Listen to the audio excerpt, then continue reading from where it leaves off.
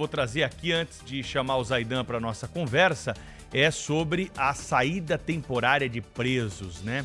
Momento em que nós deveríamos ter mais tranquilidade, momento de confraternização das famílias, ritmo diferente na vida de todos nós, muita gente de férias, aproveitando esse recesso, esse período entre o Natal e o Ano Novo, vira preocupação em muitas cidades pela quantidade de presos que são colocados nas ruas pela nossa legislação. Não é preso que escapou da cadeia, não. É preso que saiu pela porta da frente com autorização judicial para passar alguns dias no convívio com a sociedade. É a chamada saída temporária, benefício que os presos do regime semiaberto têm direito pela nossa legislação.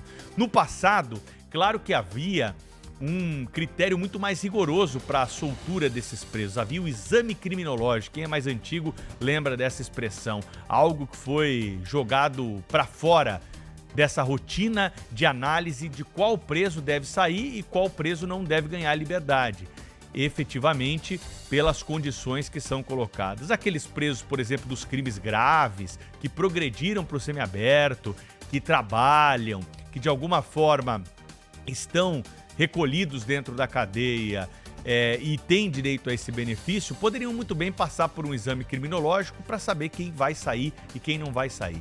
E aqueles que cometeram crimes mais graves não devem sair de maneira nenhuma, né? Tem até projetos aí no Congresso Nacional, nós sempre trazemos à tona essa lembrança, que tratam dessa redução de benefícios e alguns deles até a extinção desse benefício, algo absolutamente tupiniquim, brasileiro, jabuticaba, coisa que não existe em outros países do mundo. É difícil explicar para operadores do direito de outros países que quando vêm ao Brasil participar de palestras, como é que funciona essa saída temporária? Peraí, ele não cumpriu a pena toda? Como que o preso já está saindo da cadeia por alguns dias? Bom, o legislador quis assim e muitos juízes de execução, malemar, olham ali o nome, a ficha criminal, autorizam essa saída de baseada para todos os presos que preenchem os requisitos objetivos, mas também requisitos subjetivos deveriam ser observados antes da liberação. E no que isso resulta?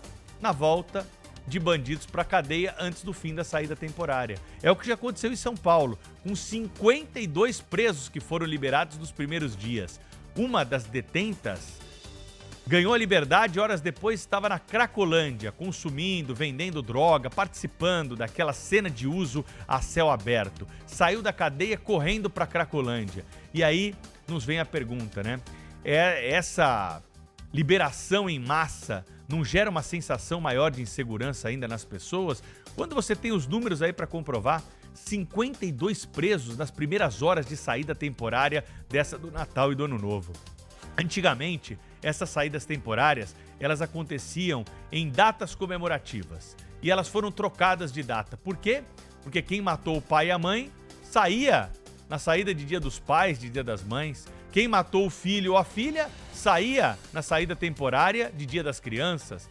Uma excrescência que chocava ainda mais. Mas em vez de resolver o assunto de uma vez por todas, impedindo a saída temporária dos presos mais perigosos, friso aqui, o que se fez? Não, vamos mudar de data. Então mudou a data da saída. Mas essa de fim de ano continuou, a do Natal e do Ano Novo. Os presos em São Paulo, eles saem entre o dia 22, dia 23 e retornam no começo do ano. É a mais longa das saídas, é o período em que o preso fica mais tempo fora da cadeia. E muitos deles não voltam. As contas recentes, e nós vamos fechar ainda as contas desse ano para confirmar isso tudo, mostram que nós temos o esvaziamento de um presídio por ano com essa questão da saída temporária de bandidos que acabam não voltando. Alguns deles são presos cometendo crime durante o período da saída temporária e outros simplesmente aproveitam a abertura das celas para não retornar mais aos presídios. É algo muito sério a ser discutido nesse contexto de insegurança pública que vivemos. A violência avançou nesse ano na Bahia, no Rio de Janeiro, em São Paulo, em outros estados também. Os casos são graves. O poder que o crime organizado tem hoje no Brasil precisa ser combatido antes que ele aumente ainda mais e ganhe caráter e status de máfia, como em outros locais do planeta. E claro que quando nós temos um crime organizado fortalecido, o trabalho da polícia, incansável, diga-se aqui de passagem, é muito minorizado pelos efeitos que nós temos da nossa justiça, que acaba colocando nas ruas, com habeas corpus, com saída temporária, bandidos perigosos, sejam eles traficantes de drogas, homicidas, latrocidas, bandidos que praticaram crimes que mereciam uma sanção muito maior por parte do Estado brasileiro e acabam sendo beneficiados aí por artigos que estão na nossa Constituição, que apesar do clamor da sociedade, não são revisados pelos nossos legisladores.